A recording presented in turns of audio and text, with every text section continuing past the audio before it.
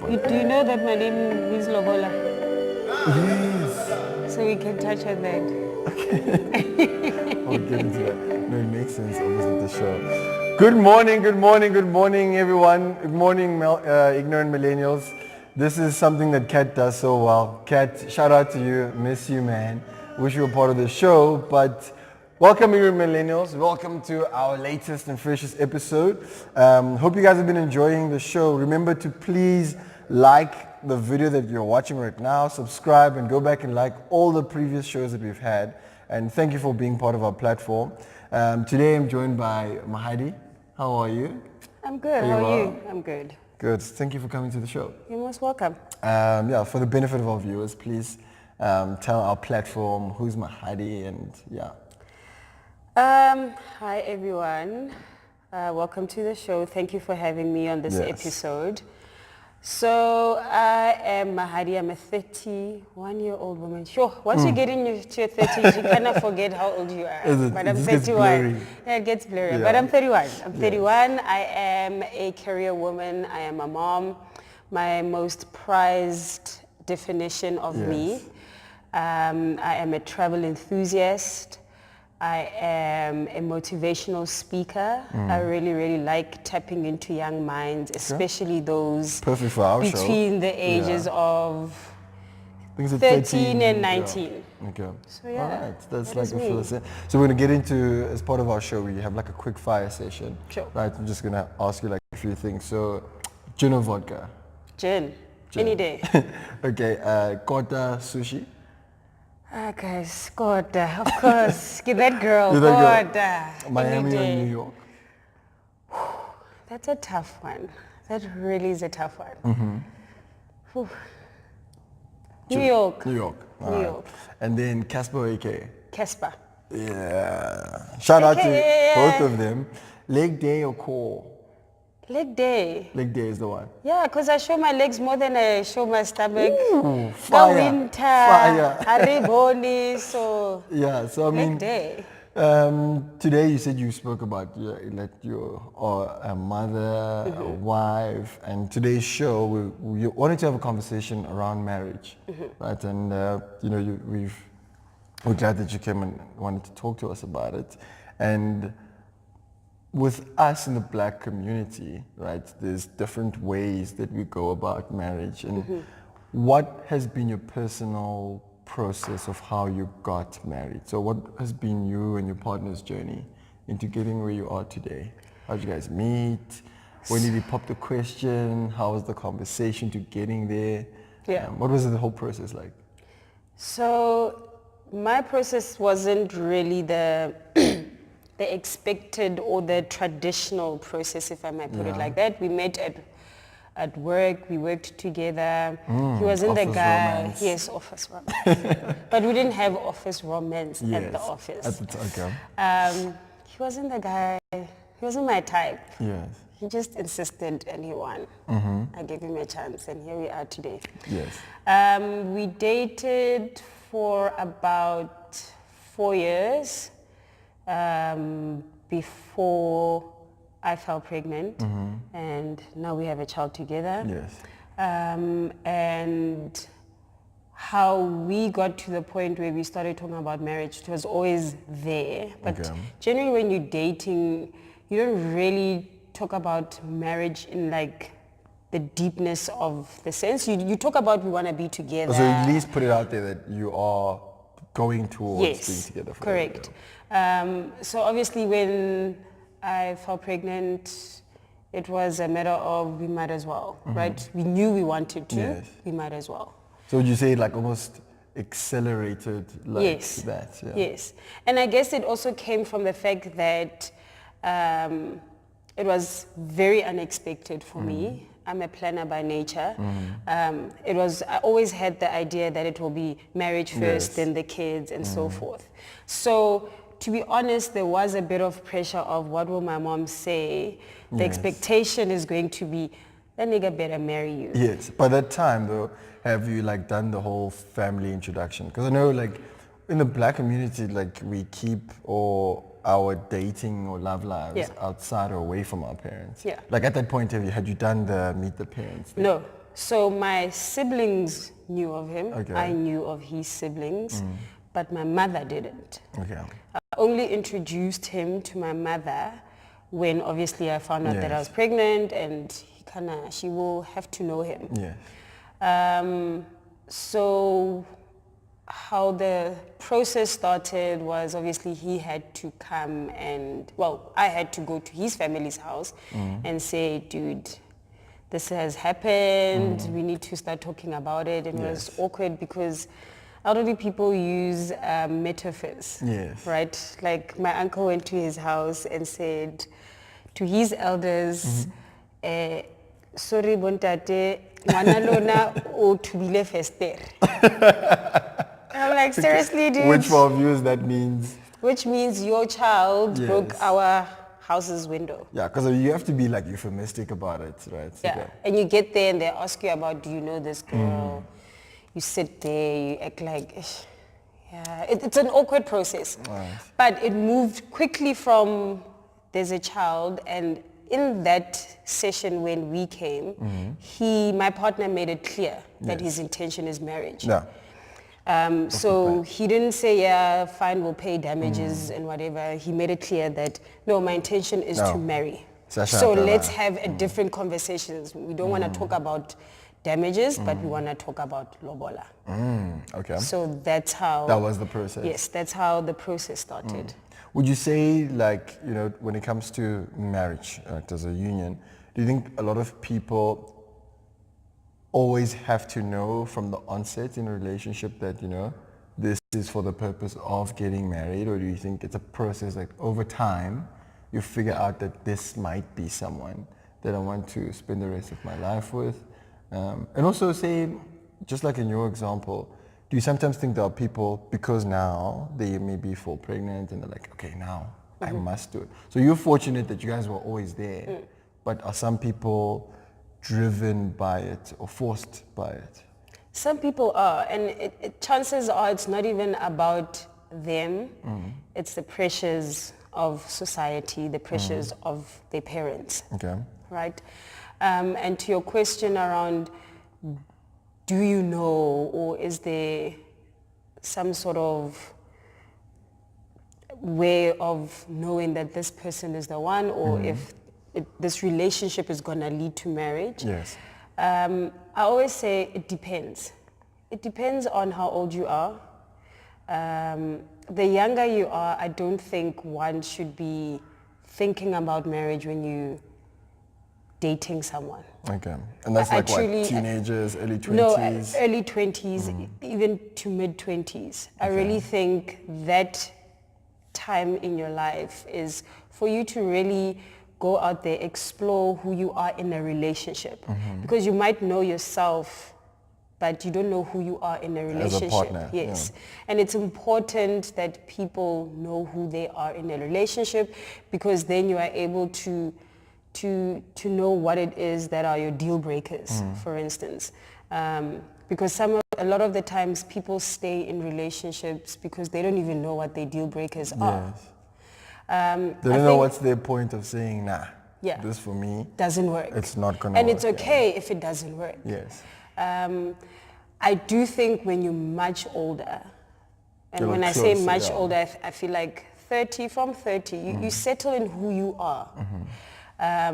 So if I date you now, I know very well what I want. Okay. So I make it clear up front that, listen, ideally I want to be married in 2 years. Would you propose? So, I mean, do you think, let's say you're a woman at that age, I mean, you're a lot more secure about who you are, where you are in life. Do you think if you were in a point where you felt that, do you think it's awkward for a woman to propose marriage? Do you think we're still in that age where it's taboo, or just traditionally you're not a fan? What do you think? I'm not a fan. I wouldn't propose marriage. Listen, I'd make my intentions very clear. Yeah, okay. Right? I always say to people, it's funny how we're okay with being interviewed for a job, but we're not okay with interviewing each other for a relationship. And you need to interview each other. But you interviewing someone else, you need to know who you are. But how do you do that though? What does that entail? So a lot of the time people get into relationships and you don't talk about where you come from. Okay. Like, who are you as Bafarna? Right. Tell me about you. How did you grow up? Because those things have an influence in your relationship. Okay. If you grew up in a family where there was no father, and it could be for whatever reason, you never experienced two people in a marriage. Yes. So you don't know what that means or looks like. True. So when you're in a relationship and you want to be a wife, your partner could have come from a family where their parents were in a marriage. Yeah. And they know what it means.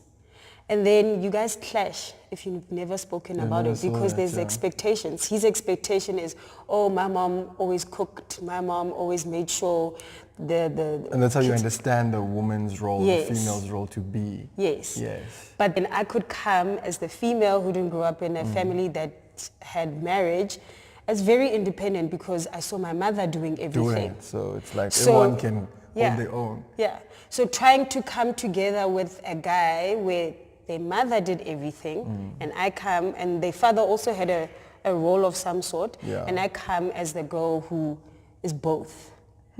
Becomes tough to deal with. And I speak because my relationship was like that. Yeah. I grew up with, my father passed away when we were very young. So my mother was everything to us. She was our mother and our father. Okay. But my partner comes from a family where both of them there. Both parents are there and married. Okay. His mom was she'll cook, she comes back from, the caregiver. So more like in the traditional way. Yeah. Exactly. So for me, I challenged a lot of things that he thought is marriage. And you both needed to do that, because I think there isn't that your understanding and experience is perfect, nor was his, but you guys both need to find that middle ground. And then to that point, how important is it that you live together and cohabitate before you decide or reach the point where you say, I can actually spend the rest of my life with this person? Because to your point, it's nice seeing each other on weekends, but like you go away. But like when you are able to exist in that same space, all those things that you find like annoying or like you've never realized, maybe someone is messy, maybe they're like loud or whatever it may be.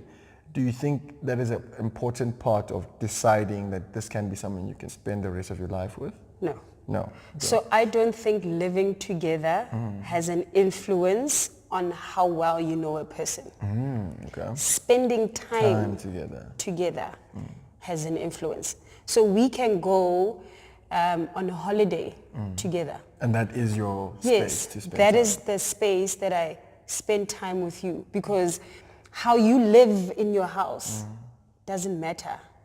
Okay. What matters is you as a human being, because the things we are going to go into partnership with is how you engage with those things, how you see those things. So it's important that I have interaction with you from a mind perspective, from a heart perspective, so that I know, would I be able to have conversations with this guy at a deeper level? Because if you guys are good, your living space is okay. It's going to be, you'll find everything else will fall into place around the quality of how you're able to relate to one another. So, correct. So it's about your relationship with that person. Okay. In terms of the way you think, that is so important. Yes. You guys need to be aligned in the way you think, but alignment does not mean you don't challenge each other. Yes. But if you are a person that does not believe in, like, I'm married to someone who does not believe in Christianity. Okay, yes, religion is quite right? Because it's a big part of who you are as a person. You exactly. In, And I'm going to be here punting the fact that we have to go to church, we have to go to church, we have to go to church. Nah, man, God doesn't exist. We're not going to get along because belief systems are different. Okay. And there are many examples that you can take one through. And that's why I say the important thing is to get each other. Yes. everything around that will fall into place. So I mean, your name, right? Mahali. Yes. And you're telling me just before the show, and it's so, I don't know how I missed it. It's like about Lobola as well. Yes, right? it is. And you said when the conversations earlier happened with your partner, that was the point in time when it started. So what was that process like? So also, what is Lobola? Is it marriage? How's it different to the more westernized version of what we understand to be married? So that whole process, how is it? Share with us. So the process is quite complicated. So it's easier if you are going into marriage with someone from the same culture as you. And by culture, you mean? So Naki Musotho and my partner is Umzulu. Okay. So that was difficult. One, communication. And he's Zulu from KZN. Deep. Okay. So they don't know Sesotho at all. Yes. Luckily, They don't know anything else. Yeah. Luckily, I've got Xhosa family. So my uncles were able to communicate Xhosa, and they were able to. Yes. So how the Lobola process starts is that your partner's family will send a letter to my family to say, hey, we would like to... Like a letter is like drafted. Like a letter. Okay. Like a letter. But these days we have become more lenient in terms of how that comes, the format. Yeah. So now it's an email. Yeah. Back in the days, it used to be a letter, like it would be posted to your postal address and all of that. So it was an email sent to my uncles, my partner's family explaining who they are and what their intention is. Okay.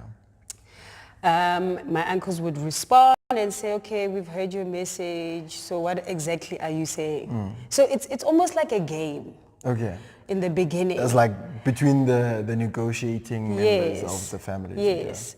And especially from the girl's family, they have to keep playing the game with the guy's family. So the guy's family is almost like the ones who...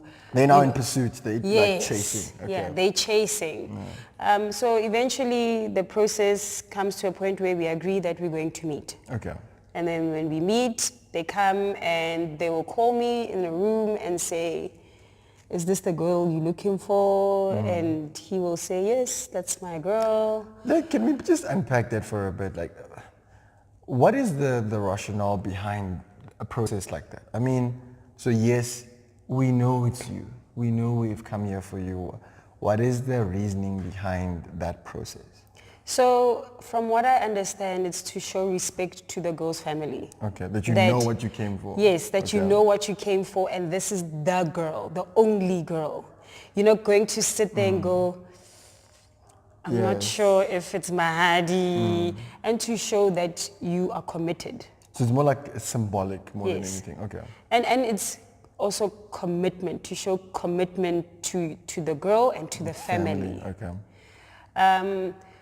So the thing about Lobola, though, that has changed over time is that it's become very commercialized, right? There's a Lobola app now that can help you determine the price or the cost. And if you do a bit of research, you realize that Lobola in the olden days was not a monetary thing. Now it's become quite monetary, and rightfully so.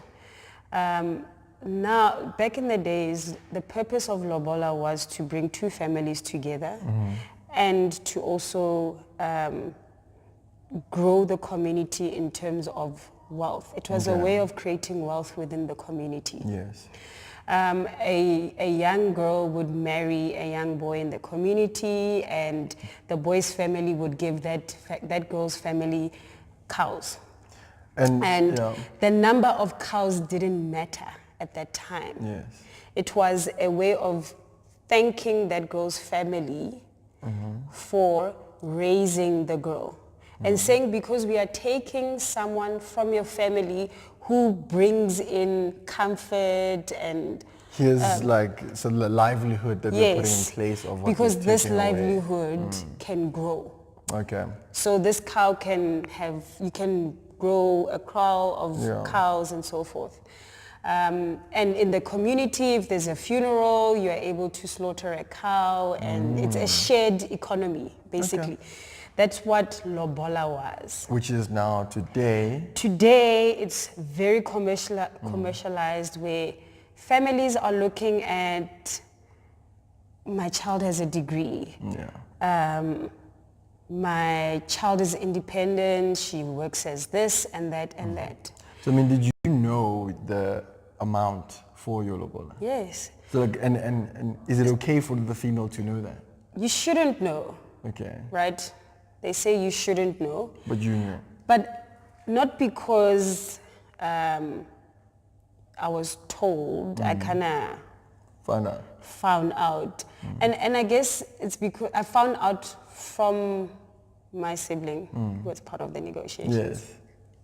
Does it feel any type of way? Like, do you like hear or find out when you're like, okay? Or like, no, so that's why I say Lobola has become so commercialized that it's even put girls in a position to think a certain amount means something about you and your worth. And you think they make it relative to what they hear out there? So I mean, you'll hear Mini Jamini's husband pay X amount. Yes. Me, I'm also meant to be worth something. Yes. For the woman, they feel that my uncle, Bester, go do the most. Okay. But you must remember, guys, at the end of the day, the person paying that Lobola is your partner. Yes. And if you allow your family to say you are worth 100,000, it's coming from his pocket. Yeah, you are actually removing from your own. Yes, you are removing from your own budget in your household. Because I thought like the whole purpose of it was that it goes to the family into the formality, but it also goes into, say, the wedding. Because the whole purpose of it is about the marriage, and I guess marriage and wedding is very two different things. And for you, traditional weddings versus the more white/westernized ones. What is your take on that? Which one do you like? I like both. You like both? Because I am a proudly Mosotho girl, and I love celebrating my culture and my traditions. And I also like looking cute and pretty in a white dress. And it's not just about a white dress, it's also about my faith. Okay. I'm also Christian, so I want my marriage to be blessed by God. And by that you mean inside the church? Inside the church. Some people will argue, why can't God bless a traditional wedding? And why does faith have to be removed and can't be part of a traditional wedding? Stay tuned. She's going to answer this question. Part 2 is dropping in a few days. Watch out.